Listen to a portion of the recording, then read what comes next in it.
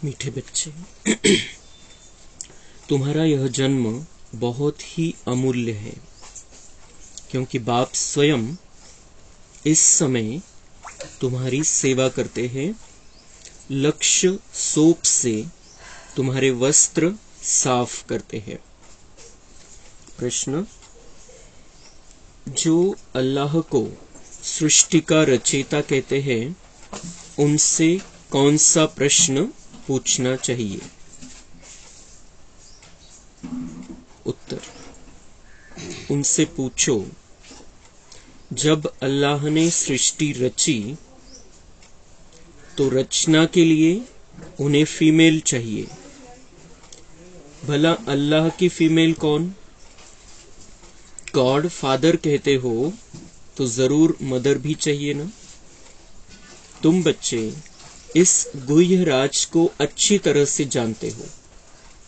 अल्लाह की फीमेल है यह ब्रह्मा, यह है तुम्हारी बड़ी माँ। इस बात को मनुष्य समझ नहीं सकते। अशा कितीतरी गोष्टी आहेत ज्ञानामध्ये ज्याला या सृष्टीवरचे मनुष्य समजू शकत नाही। कोण समजू शकतं? फक्त आपण ब्राह्मण बच्चे, जे बाबांचे बनलेले आणि ज्यांनी हे इतकं सुंदर ज्ञान प्राप्त केलेले, त्यांनाच हे सगळ्या सृष्टीतले रहस्य माहिती आहे। तर त्याच्यातलं एक रहस्य बाबा म्हणताय की जो अल्लाहने, जे मुस्लिम धर्मवाले म्हणतात की अल्लाहने सृष्टी रची, मग रचना करण्यासाठी माता पिता दोन्ही पाहिजे। तो अल्लाह ने सृष्टि रची तो फिर माता कौन है?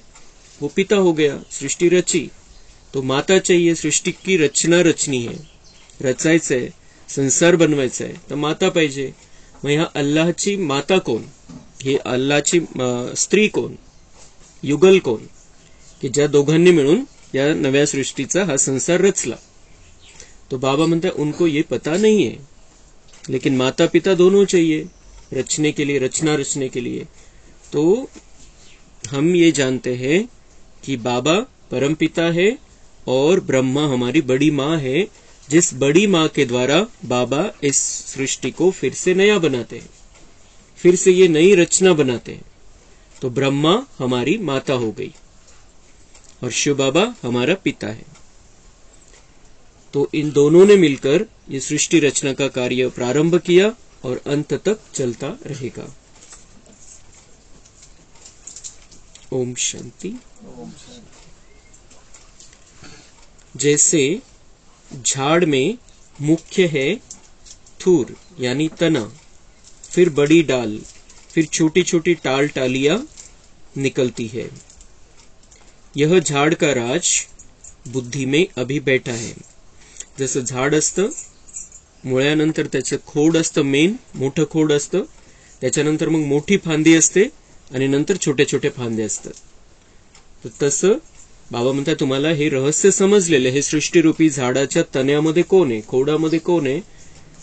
सतयुगी देवी देवता, धर्माची आत्मा, मग त्रेतायुगी आत्मा, आणि मग फांद्या फुटल्या, एक मोठी फांदी आणि नंतर त्याच्या छोट्या छोट्या फांद्या फुटल्या। तो इसका मुख्य थूर है आदि सनातन देवी देवता धर्म। इस झाड़ की भेंट बड़ के झाड़ से की जाती है। बाबा म्हणतात याची तुलना वडाच्या झाडाशी करता येते चांगल्या प्रकारे, कारण वडाच्या झाडामध्ये त्याचं मूळ खोड जरी सडलं तरी मग ते पारंब्याच्या आधाराने ते झाड चालू राहतं, पण एक वेळ अशी येते की ते सगळं काही सडून जातं। तो ऐसे ही इस दुनिया की अब हालत हो गई है। तो वड का झाड़ वह बहुत बड़ा होता है। झाड़ जब पुराना होता है तो उनका थूर तना सड़ जाता है, बाकी टाल टालियां रहती है। यह भी ऐसे ही है। बच्चे जानते हैं इनका थूर जो देवी देवता धर्म था वह अब है नहीं। जो देवी देवता धर्म था, मूळ खोड ते राहिलेलं नाहीये आणि या दुसऱ्याच फांद्या दुनियेमध्ये आहेत, दुसरेच धर्म, दुसरेच पंथ, दुसरेच जाती, आणि ते सगळं आहे मूळ समाप्त झालेलं आहे, आणि त्यामुळे सगळं आपसामध्ये गोंधळ वाढलेला आहे।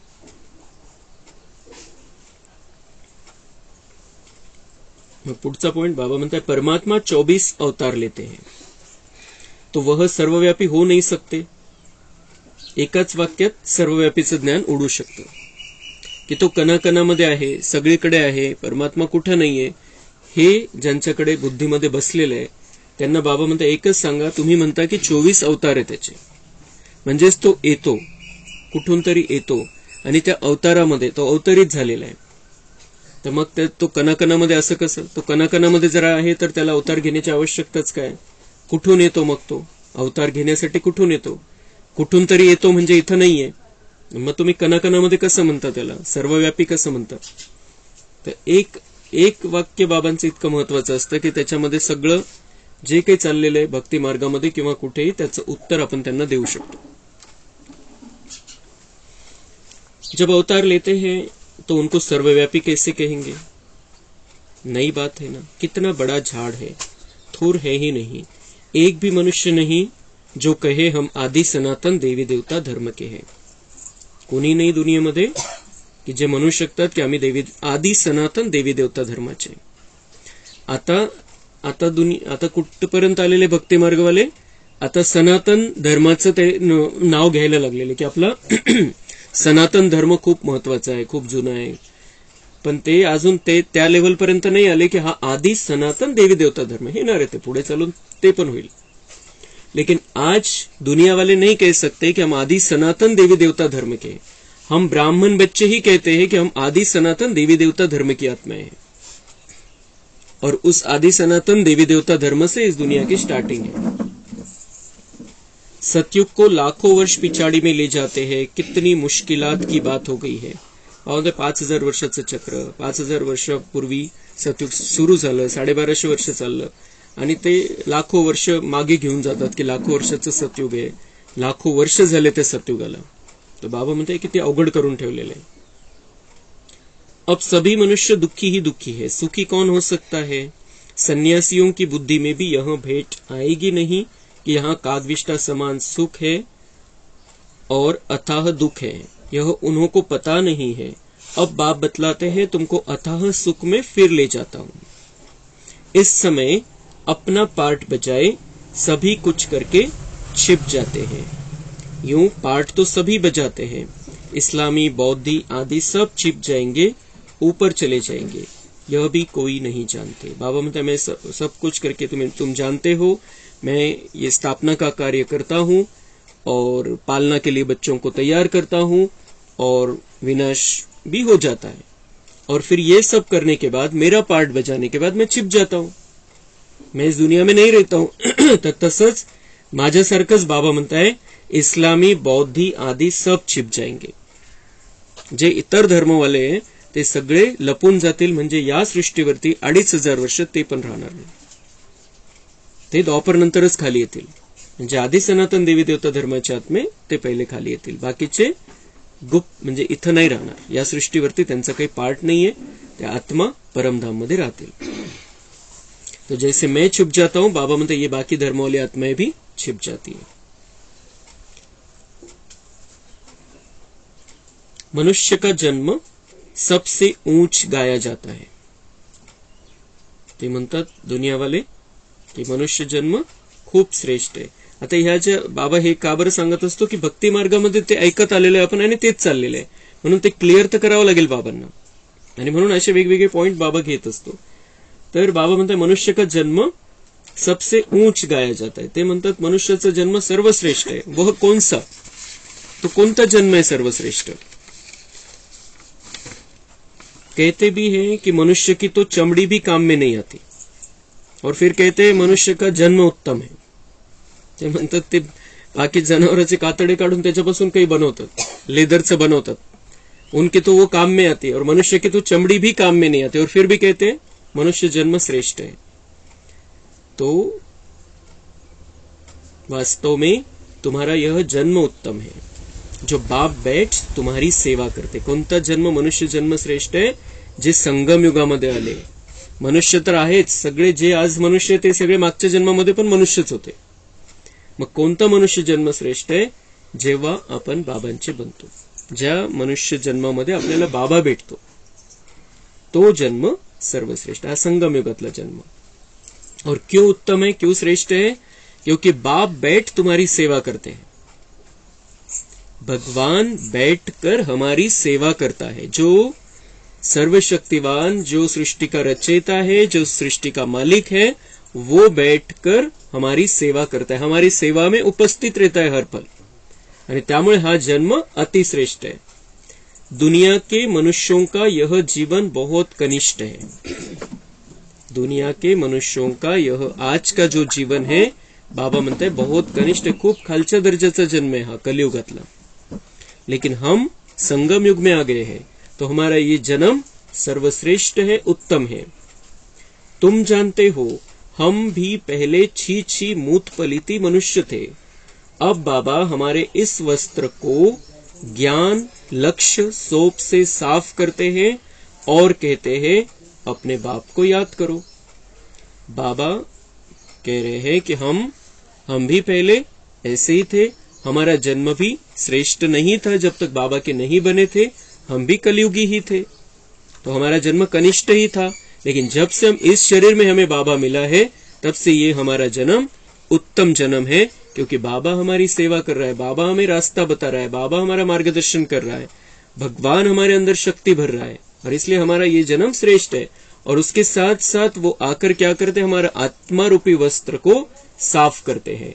आत्मा रूपी वस्त्र खराब हो गया है, बिगड़ गया है, उसमें विकार आ गए हैं, उसमें अवगुण आ गए हैं, दोष आ गए हैं, व्यर्थ आ गया है, उस सब को साफ करने के लिए, स्वच्छ करने के लिए बाबा हमें ज्ञान लक्ष्य सौंप देता है। साबण कोणते देतो? साफ करण्यासाठी, वस्त्र आत्मारूपी वस्त्र साफ करण्यासाठी, कि तुम्हें बनना क्या है, तुम कौन हो, तुम कहां से आए हो, तुम परमधाम पवित्र दुनिया से आए हो और सत्युगी देवी देवता हो, तुम ही वो हो जिनकी पूजा मंदिरों में हो रही है, वैसा तुम्हें अब फिर से बनना है। हे लक्ष्य बाबा आपल्या बुद्धीला देतो, आणि ते लक्ष्य जेव्हा आपण पक्का करतो की मुझे ऐसा बनना है, मैं यही था, मैं ऐसे ही था, फिर से मुझे बनना है, हर 5000 साल के बाद मैं ऐसा प्युअर बनता हूं, हे लक्ष्य जेव्हा बुद्धीमध्ये असतं तेव्हा मग परिवर्तन व्हायला लागतं, आपल्यामधून व्यर्थ जातं, व्यर्थचं विकारांचा जो कचरा आहे, अवगुण जे साचलेले होते मध्ये, ते निघायला लागतात। जेव्हा आपल्या बुद्धीमध्ये हे फिक्स करतो, आपण स्वीकारतो या गोष्टीला कि मैं ही देवता हूं और उस जो देवता रूप में मैंने जो जीवन जिया है, वहां पर किसी प्रकार के विकार को स्थान नहीं था। जब हम ये पक्का कर लेते हैं, अपने उस जीवन को याद करते हैं, तो हमारा परिवर्तन हो जाता है। जे काही परिवर्तन मध्ये व्हायला पाहिजे ते होऊन जातं। म्हणून बाबा म्हणते मैं तुम्हें ये लक्ष्य साबन देता हूं कि तुम अपने वस्त्र साफ कर लो, इस लक्ष्य को देखते हुए अपने आप को स्वच्छ बनाते चलो। इस दुनिया में बाप को कोई भी नहीं जानते हैं, बाप को जाने तब तो बच्चे बने, शिव के बने, ब्रह्मा के बने, तब पोत्रे कहलाए। ब्राह्मण भी दो प्रकार के हैं, एक है मुख वंशावली, दूसरे है कुक वंशावली। तुम हो ब्रह्मा के मुख वंशावली, ब्रह्मा कुमार कुमारिया। ब्रह्मा का बाप कौन? शिव बाबा। उनका बाप तो कोई होता नहीं, शिव बाबा का कोई बाप नहीं है। तुमको पढ़ाने वाला भी वह है, तुम्हारा गुरु भी वह है। शिव बाबा ही हमको पढ़ाने वाला है और हमारा गुरु भी शिव बाबा है, दूसरा कोई भी नहीं। अभी सम्मुख बैठे हैं, फिर छिप जाएंगे। पतित दुनिया को पावन बनाए, देवी देवता धर्म की स्थापना कर और सबको मुक्ति धाम में ले जाएंगे। 21 जन्मों का सुख दे दिया, फिर और क्या चाहिए? बाबा सदा सुखी तो बनाते हैं, बाकी ऊंच पद पाने के लिए तो पुरुषार्थ करना पड़े। बाबा म्हणते हैं मेरा काम है तुम्हें सुख की दुनिया में भेजना, फिर और क्या दूं मैं? सुख की दुनिया में तुम्हें भेज देता हूं, फिर ये तुम्हारा सुख जल्दी कम नहीं होता है। जब तुम देहभान में आते हो, आधा समय खत्म होने के बाद फिर धीरे धीरे दुख आना शुरू हो जाता है, लेकिन मैं अपना काम पूरा करके छिप जाता हूं। और फिर बाबा म्हणते हैं तुम्हें ऊंच पद में रास्ता बताता हूं, ये सब करने के लिए तुम्हें ऊंच पद पाना है तो बहुत अच्छा पुरुषार्थ करना पड़ता है। अब तुम बच्चों को बहुत बड़ी बुद्धि मिली है, 84 जन्मों का चक्र बुद्धि में रखना बड़ा सहज है। हम अभी ब्राह्मण हैं, सो फिर देवता बनेंगे। ओम माना भगवान समझ लेते हैं, वास्तव में ओम अर्थात अहम आत्मा। ओमचा खूप मोठा अर्थ सांगतात, त्यांना जर सांगितलं तर मोठा ग्रंथ आहे ओमचा अर्थाचा, लेकिन बाबा कह रहे ओम का सीधा सा अर्थ है मैं आत्मा हूं. ओमचा हा अर्थ आहे. आणि जेव्हा आपण आणि त्यामुळे मग ते जे ओम म्हणण्यामागचं जे रहस्य आहे ते पण आहे की आत्मिक स्थितीमध्ये आपण स्थित होऊन जातो. जेव्हा आपण त्या शब्दाचा उच्चार करतो ओम, तर ऑटोमॅटिक इथं लक्ष जातं. आपण चेक करून बघायचं, भ्रुकुटीमध्येच लक्ष जातं ऑटोमॅटिक. आणि त्यामुळे परिवर्तन, आणि त्या सायन्सने त्याचे शोध पण लावलेले की तुम्ही 6 मिनिटापर्यंत जर ओम ओम शब्दाचं उच्चारण केला रोज, जितका वेळ करता येईल 6 मिनिटामध्ये, थोडंसं दीर्घ, तर त्याचे खूप चांगले परिणाम या शरीरावरती होतात. तसे ते व्हायब्रेशन, कारण इथं ते टच होतं ते व्हायब्रेशन आणि तिथून मग सगळ्या शरीराला मिळतात. आणि म्हणून ओमचं उच्चारण पण खूप आवश्यक आहे, खूप महत्वाचं आहे शरीराच्या हिशोबाने. पण ते दुनियामध्ये मानलं जातं की ओम म्हणजे भगवान, ओम म्हणजे परमात्मा, ओम म्हणजे परमेश्वर. तो बाबा म्हणताय ओम का अर्थ है अहम आत्मा, मैं शरीर नहीं हूं, मैं आत्मा हूं, मैं चैतन्य शक्ति हूं, मैं आत्मा हूं. वह फिर उल्टा कह देते हैं, आत्मा सो परमात्मा. अजून त्यांचे वेगवेगळे काय काय कल्पना भक्ति मार्गामध्ये. आत्मा सो परमात्मा. अच्छा फिर क्या, हम शरीर तो है नहीं, परमपिता परमात्मा तो ऐसे कह न सके कि अहम आत्मा मम शरीर. मग ओमचा अर्थ आहे आत्मा, मग दुनियावाल्यांनी काय बनवलेले, आत्मा सो परमात्मा. मग मैं आत्मा, ओमचा अर्थ मैं आत्मा हूं और मेरा ये शरीर है. तसं बाबा म्हणताय मी थोडी म्हणू शकतो मैं आत्मा और मेरा ये शरीर है, मेरा तो शरीर ही नहीं है, मैं अशरीरी हूं. परमपिता परमात्मा तो ऐसे कह न सके कि अहम आत्मा मम शरीर. वह बाप कहते हैं अहम आत्मा तो बरोबर है, हमने यह शरीर लोन पर लिया है. हा म्हणतो मी आत्मा आहे आणि हे माझं शरीर नाहीये, मी याला लोनवर घेतलेले काही काम करण्यासाठी. मैं हूं ही निराकार, यूं तो आत्मा भी निराकार है, परंतु वह 84 जन्मों में आती है. मेरा तो शरीर है नहीं, मैं अशरीरी हूं. तुमको भी कहता हूं अशरीरी बनकर मुझे याद करो. हमें भी बाबा को कैसे याद करना है, अशरीरी बनकर. स्वयं को आत्मा समझकर ही हम बाबा को याद कर सकते हैं. कल्प पहले भी तुम ब्रह्मा कुमार कुमारियों ने ब्रह्मा द्वारा वर्षा लिया था. अब बाप कहते हैं और संग तोड़ मुझ संग जोड़ो. कल्प पहले भी बाबा से वर्षा लिया था और इसके लिए बाबा कहते बुद्धि का योग बाकी औरों से तोड़कर मेरे साथ जोड़ लो. बुद्धि का योग मेरे साथ लगाओ तो बाबा म्हणते वर्षा मिल जाएगा. मेरा तो एक शिव बाबा दूसरा न कोई, तुम मात पिता हम बालक तेरे, जिसकी इतनी महिमा है अभी तुम उनके सम्मुख बैठे हो.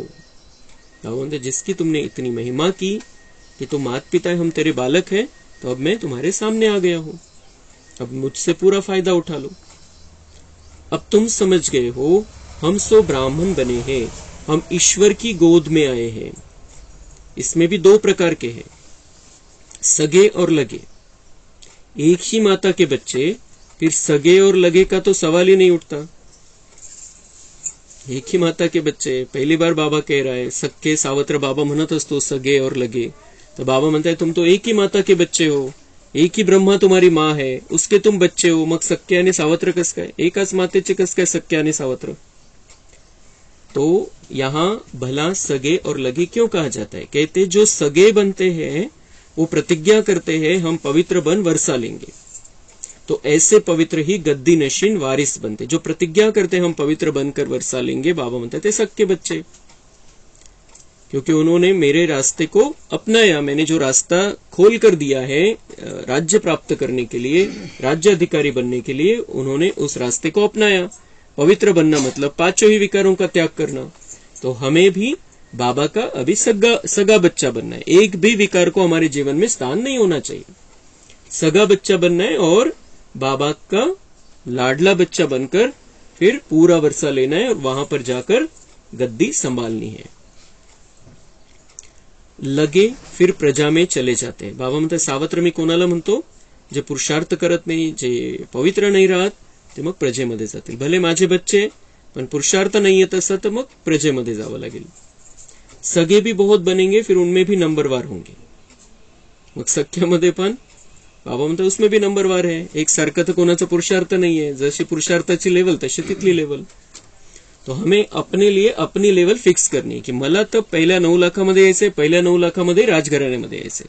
हे आपण आपल्यासाठी पक्का करायचं. मैं बाबा का सगा बच्चा हूं. जो सगे बच्चे बाबा के वो 9 लाख में आने ही वाले हैं, पक्का है, लेकिन उसमें भी नंबर मुझे आगे लेना है. हे पक्का करायचं आहे आपण आपल्यासाठी. जितना जो पुरुषार्थ करेंगे वह माँ बाप के तख्त पर बैठेंगे. मम्मा बाबा तख्त पर बैठते हैं तो हमको भी तख्त मिलना चाहिए, परंतु बनेंगे नंबरवार. यह है योग की यात्रा. जितना योग में रहेंगे, जितना बाबा की याद में रहेंगे, उतना पवित्र बनने की ताकत आएगी, उतना हम पवित्र रहेंगे. और फिर हमारे मम्मा बाबा है, हमारे मम्मा बाबा राजगद्दी संभालते हैं, तो हमें भी उनकी राजगद्दी पर बैठना चाहिए. आपले माता पिता आहे, ते अलौकिक जीवनामध्ये आपले माता पिता आहे, त्यांना गादी भेटणार आहे, ते राज्य करणार आहे, आपण त्यांचे बच्चे. तर बाबा म्हणतात बुद्धीमध्ये हे पक्क करा, मला का नहीं ती गादी भेटणार, मैं भी उनका बच्चा हूं. तो मुझे भी ऐसा पुरुषार्थ करना है जो मैं उनकी गद्दी पर किसी जन्म में सतयुग में जाकर बैठूं. तो बाप अपने आप सब कुछ कर रहे हैं, फिर छिप जाएंगे. घडी घडी अवतार तो लेते नाही है. म्हणजे मी घडी घडी घेत नाही अवतार, एकदाच येतो आणि एकदाच सगळं काम करून टाकतो. उनको अपना शरीर ही नहीं है, वह एक ही बार आते हैं. तुम तो घड़ी घड़ी एक चोला छोड़ दूसरा लेते रहते हो. मैं पुनर्जन्म में आता नहीं हूं. कितना अच्छी रीति समझाते हैं.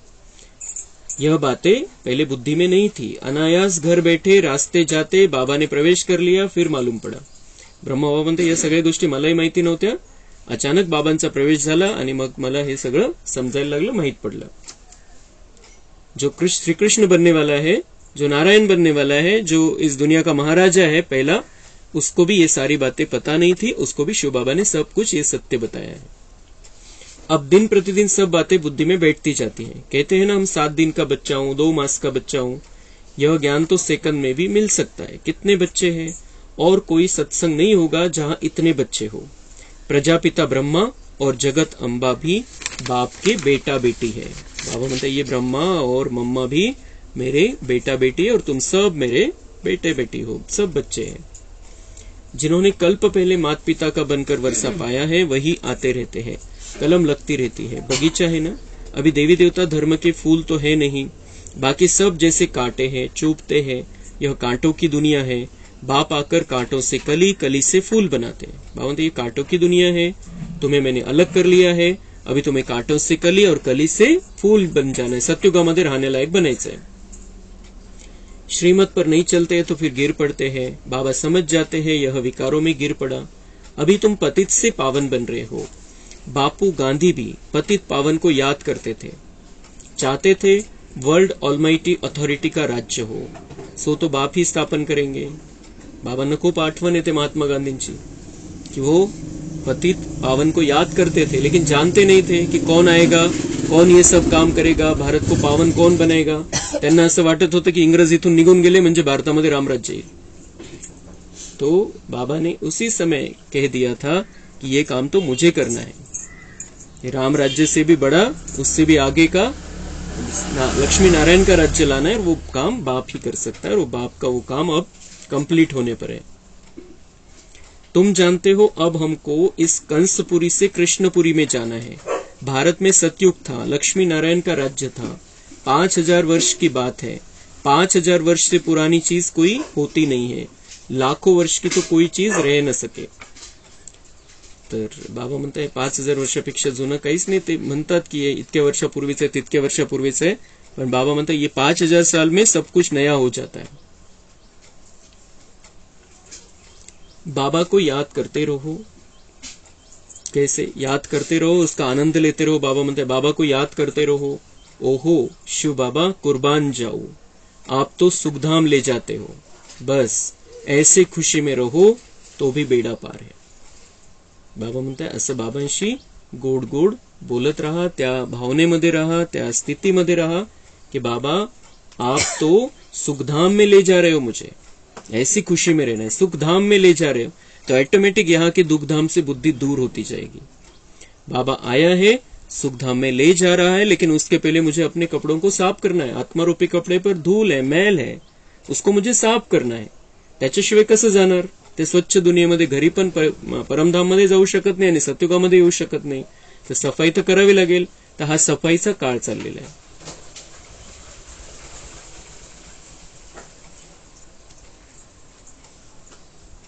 हमेशा समझो शिव बाबा समझाते हैं, इनको छोड़ दो. हमेशा समझो शिव बाबा, मुरली जो चल रही है शिव बाबा समजाते. बाबा म्हणते ब्रह्माच्या द्वारे चालतोय त्याला पण सोडून द्या. जेव्हा तुम्ही महावाक्य ऐकताय तेव्हा क्लिअर बुद्धीमध्ये पाहिजे, माध्यम गेलं पाहिजे निघून मधून कि बाबा मुझे क्या समझा रहा है. बाबा म्हणतात ब्रह्मा में भी बुद्धि नहीं लगानी तो किसी और का तो सवाल ही नहीं. इनकी मुरली उनकी मुरली है, ये तो शिव बाबा की मुरली है, शिव बाबा के महावाक्य है. तर मग त्याचं महत्व राहील बुद्धीला आपल्या आणि ती मध्येच आहे.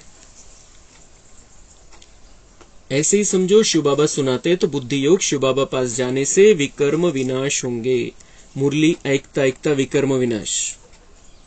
किती सुंदर उपाय बाबांनी सांगितलेला आहे की तसं योग लागत नाही, तसं बसल्यावर दुसरं काही चालतं बुद्धीमध्ये, तर मुरली ऐकताना तर दुसरे विचार येत नाही. आपण कंट्रोल करून घेतो, समजा यायला लागलं काहीतरी मुरली ऐकताना, तर त्यावेळेला बाबा म्हणताय मुरली सुनते सुनते ये बुद्धि में रखो की शिव बाबा मुझे सुना रहे. एक तर परमधाम मध्ये बाबांना बघायचंय, एक तर मधुबन मध्ये बघायचंय, किंवा इथं तो उपस्थित आहे गुप्त रूपामध्ये त्याला बघायचंय. तो बाबा म्हणताय बुद्धियोग शिव बाबा के पास जाने से विकर्म विनाश होंगे. खूप सुंदर उपाय सांगितलेला आहे बाबांनी असा की आपले पाप कर्म भस्म करून घेण्यासाठी आपण हा पाऊण तास द्यायचा आहे. या संपूर्ण पाऊण तासामध्ये बुद्धियोग जर शिवबाबाशी असेल तर पाऊण तासामध्ये बरेचसे विकर्म आपले विनाश होतील. खूप राहिलेले, खूप विकर्म राहिलेले आपले सगळ्यांचेच आहे, सगळ्यांचेच विकर्म आहे. कोणाचे कधी जागृत होतील, कोणाचे कधी जागृत होतील, ते राहिलेले त्याला संपून घ्यायचं आपण. तर त्याच्यासाठी असं दिवसभर तर योगचीच यात्रा आहे आपली, दिवसभर तर राहायचंय. पण मुरलीच्या वेळेला विशेष मन बुद्धी इकडे तिकडे जास्त भरकटत नाही, तर त्या वेळेचा उपयोग बाबा म्हणतात असा करून घ्या. मेरे से बुद्धि योग लगाओ विकर्म विनाश होंगे. ये बाबा के महावाक्य इसलिए सत्य है. तो पौन घंटा हमें ये ज्ञान भी लेना है, साथ साथ अपने पापों को भी भस्म करने का चांस है. मम्मा भी शिव बाबा से सुनकर सुनाती है, सदैव एक शिव बाबा की ही याद रहे तो विकर्म विनाश होते रहेंगे. बाबांनी सांगितलं ब्रह्मा को छोड़ दो, मग मम्मांची मुरली पण चांगली असते. तो बाबा म्हणते मम्मा भी कैसे सुनाती, शिव बाबा से सुनकर सुनाती है. क्योंकि हमारे विकर्म विनाश ब्रह्मा बाबा को या मम्मा को याद करके विकर्म विनाश नहीं होने वाले. त्यांना बघून प्रेरणा येईल, उदाहरण समोर आहे, पण जे काही प्राप्ती व्हायची ती शिवबाबांकडून आपल्याला व्हायची. जे काही पाप नाश व्हायचे शिवबाबांकडून व्हायचे. म्हणून बाबा म्हणताय किसी में भी बुद्धि नहीं लगानी है, मेरे साथ बुद्धि का योग लगाओ तो वो जो करंट आएगी, उस गुप्त करंट आएगी, उसमें तुम्हारे पाप भस्म होते रहेंगे. अच्छा, मीठे मीठे सिक्के लधे बच्चों प्रति माता पिता बाप दादा का याद प्यार और गुड मॉर्निंग. रूहानी बाप की रूहानी बच्चों को नमस्ते. हम रूहानी बच्चों की रूहानी बाप दादा को याद प्यार गुड मॉर्निंग नमस्ते. वहां बाबा वहां, शुक्रिया बाबा शुक्रिया. धारणा के लिए मुख्य सार है गद्दी नशीन पक्का वारिस बनने के लिए पवित्रता की प्रतिज्ञा कर सगा बच्चा बनना है और संग तोड़ एक संग जोड़ना है. आप समान बनाने की सेवा करनी है, कांटे से कली, कली से फूल बनना और बनाना है, नए झाड़ की कलम लगानी है. वरदान है कर्मों की गुह्य गति के ज्ञाता बन, धर्मराजपुरी की सजाओं से बचने वाले विकर्मा जीत भव. कर्मों की गुह्य गति के ज्ञाता बन, धर्मराजपुरी की सजाओं से बचने वाले विकर्मा जीत भव. खूप सुंदर वरदान बाबा आपल्याला रोज देत असतो. आणि हे वरदान आहे, त्याला फक्त आपण पक्क करायचं, मला असं करायचं, तर ते वरदान फलीभूत होऊन जाईल. ये हमारा हिम्मत का एक कदम और बाबा की हजारों कदमों से हमें मदद मिल जाती है. तो जो वरदान है वो हमारे लिए सहज पुरुषार्थ का रास्ता है. म्हणून या वरदानांना खूप महत्व आपण द्यायचंय. तो आज बाबा कह रहे सजाओं के अनुभव को ही धर्मराजपुरी कहते हैं, बाकी धर्मराजपुरी कोई अलग स्थान नहीं है. असं नाही की कोणता तरी एरिया आहे, कुठेतरी आपल्याला घेऊन जातील आणि तिथं आपल्याला सजा भेटेल. क्लियर करताय बाबा एकदम कि धर्मराजपुरी ऐसा कोई अलग स्थान नहीं है. सजाओं के अनुभव को ही धर्मराजपुरी कहते हैं. प्रत्येकासाठी धर्मराजपुरी वेगवेगळी आहे. सजाओं के अनुभव को ही धर्मराजपुरी कहते हैं. तो लास्ट में अपने किए हुए पाप यमदूत के डरावने रूप में सामने आते हैं.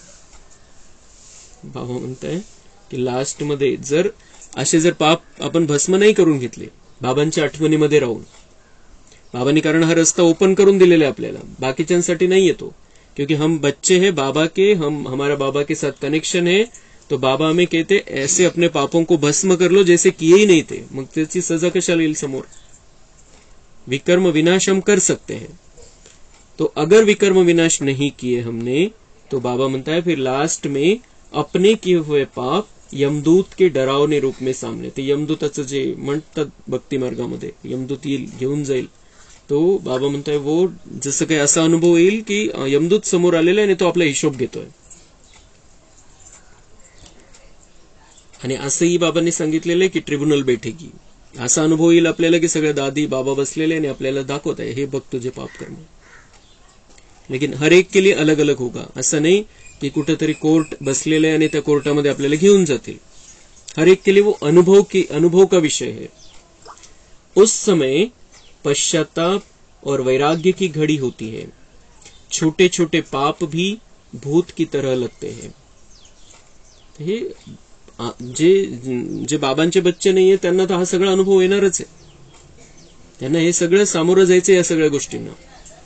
आपल्याला बाबा चान्स देतोय की तुम्ही तुमचे पाप समाप्त करून घ्या त्याच्या आधीच. पश्चाताप की त्राही त्राही होती है. इसलिए उन सजाओं की फीलिंग से बचने के लिए कर्मों की गुह्य गति के ज्ञाता बन. सदा श्रेष्ठ कर्म करो और विकर्माजीत बनो. ते वो सजाओं की फीलिंग है. बाबा म्हणते तो असा अनुभव येईल तुम्हाला की खूप काळापासून आपण सजा भोगतोय. भले सेकंदाची सजा असेल, पण तो जो काळ असेल, तो जो सजा मिळण्याचा काळ असेल, त्यावेळेला खूप परेशानीची, अति परेशानीची स्थिती कल्पना नाही करू शकत आपण. कोणाला काय अनुभव होईल, कोणाला काय अनुभव होईल. आणि म्हणूनच ते भक्ती मार्गामध्ये म्हणतात जसं काही कढईमध्ये तळलं जातं, हे केलं जातं, ते केलं जातं, तसं डायरेक्ट काही होणार नाही, पण तशा प्रकारचा अनुभव राहील. म्हणून बाबा म्हणतात त्यासाठी त्याच्यापासून जर वाचायचंय तर कर्मों की गुह्य गति के ज्ञाता बन. सदा श्रेष्ठ कर्म करो और विकर्माजीत बनो. कर्माची गुह्य गती आहे, गहन गती आहे त्याची. आणि जे आपण कर्म करू त्याचा हिशोब होतोय, त्याचा हिशोब समोर येणार आहे. तर मागचं जे केलेलं आहे त्याला आपल्याला आता समाप्त करून टाकायचंय. जे काही केलेलं आहे अज्ञानामध्ये केलेलं आहे, एवढे पाप झाले वगैरे वगैरे काही आपण विचार करायचा नाही. जशी आहे समोर परिस्थिती आलेली आहे त्याला सामोरं जायचंय. जे काही केलेलं आहे ते केलेलं आहे अज्ञानामध्ये झालं, अज्ञानामध्ये झालं, बाबा नव्हतं, ज्ञान नव्हतं म्हणून झालेलं आहे. तर त्याचं लोड नाही घ्यायचंय, त्याचं टेन्शन नाही घ्यायचंय. आहे आहे आहे समाप्त करून टाकायचं, बस एवढंच. पण आता पुढच्यासाठी कर्माची गुह्य गती लक्षात ठेवायची की आता आपण कोणाविषयी कुठल्याही प्रकारचा वाईट विचार केला तर त्याचे खूप मोठे परिणाम भोगावे लागतात. कधी फेडणार आपण, मग त्या धर्मराजपुरीच्या त्या रूपाने ते तशा प्रकारची अनुभव येईल, तशा प्रकारच्या सजा भोगाव्या लागतील. आता इथून मागचे पाप भस्म करून घ्यायचे आपल्याला, ते महत्वाचे आपल्यासाठी. आता नवीन कुठलेही पाप नाही व्हायला पाहिजे आणि त्याच्यासाठी बाबांनी आपल्याला श्रेष्ठ कर्माचं ज्ञान दिलेलं आहे. श्रेष्ठ कर्माची सुरुवात आहे श्रेष्ठ भावनेपासून, श्रेष्ठ व्हायब्रेशन पासून सुरुवात आहे, श्रेष्ठ संकल्पापासून सुरुवात आहे. मग वाणीमध्ये मग कर्मामध्ये येतं. म्हणून आपल्याला इथंच काही गडबड नाही करायची. मध्ये कुठल्याही प्रकारची कोणाविषयी चुकीची भावना नाही ठेवायची. सगळ्यांविषयी शुभचिंतन, सगळे चांगले, सगळे माझ्या बाबाचे बच्चे, सगळे परमधाम मध्ये सोबत राहिलेले. भले ज्याची त्याची जागा वेगळी असेल पण घर तर सगळ्यांचं एकच आहे. एका घरचे, एका बाबाचे बच्चे सगळे. हर एक आत्मा अच्छी है. जब परमधाम में सब हर एक आत्मा अच्छी है. फिर कुछ यहाँ आने के बाद वो विकर्म हुए, यहाँ आने के बाद यहाँ का वातावरण देखकर वो सब बिगड़ गए, उनके हिसाब किताब बने, अलग अलग टाइप से उनके संस्कार बने हैं. लेकिन ओरिजिनल वो आत्मा कैसी, ये हमें इसी नजर से हमें सबको देखना है कि ये आत्मा बहुत अच्छी है. हर एक के बारे में शुभ सोचना है. तो विकर्म होण्याचा प्रश्नच येणार नाही. पाप कर्म केव्हा येतं, केव्हा होतं आपल्याकडून, जेव्हा आपण काहीतरी चुकीचा विचार करतो एखाद्याविषयी, एखाद्या गोष्टीविषयी, एखाद्या परिस्थितीविषयी चुकीचा जेव्हा विचार करतोय आपण, तेव्हा ते पाप कर्माची सुरुवात है. तो बाबा हमें ये रहस्य बताते हैं कि अभी तुम्हें किसी के भी लिए गलत भाव मन में उत्पन्न नहीं होने देना है. सबके प्रति शुभ सोचना है. और शुभ सोचेंगे सबके प्रति तो उधर से भी शुभ आना चालू हो जाएगा. उनके तरफ से भी हमें दुआएं मिलेगी, गुप्त दुआएं मिलेगी. हमारे तरफ से कुछ गलत नहीं होगा, गलत सोचेंगे नहीं, गलत भावना नहीं, उधर से भी हमें अच्छा ही मिलना स्टार्ट हो जाएगा। पहले जो विकर्म है उनको हमें समाप्त कर लेना है बाबा की याद में रहकर।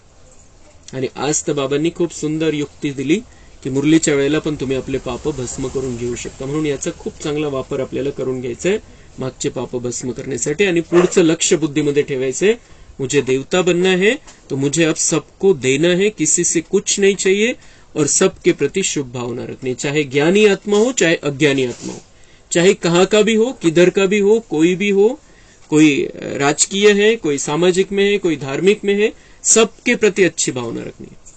हमारे आसपास हमारा जिसके साथ झगड़ा है, जिसके साथ जमता नहीं है, उन सब के प्रति बहुत अच्छी भावना रखनी है। हर एक आत्मा है मेरे बाबा का बच्चा आहे ही भावना, त्यामुळे मग काय होईल, हे जे पुढे चालून जे त्याच्याद्वारे जे पापकर्म होतात त्याच्यापासून आपण वाचून राहू। भावनेवरती, विचारांवरती आपल्याला काम करायचं कि मेरे विचार गलत नहीं होने चाहिए, मेरी भावना गलत नहीं होनी चाहिए, आणि मग आपलं जीवन आणि किती सुंदर वाटेल। मग टेन्शन पासून मुक्त होऊन जाऊ आपण, याच्यातून कुठल्याही प्रकारचं टेन्शन येणार नाही, बिलकुल खूप सिंपल, खूप सुंदर अशा प्रकारचं आपलं जीवन बनून जाईल। इथलं पण आणि पुढची तयारी पण चांगली होईल। म्हणून हे आजचं वरदान खूप चांगल्या प्रकारे आपण बुद्धीमध्ये फिट करून घ्यायचंय।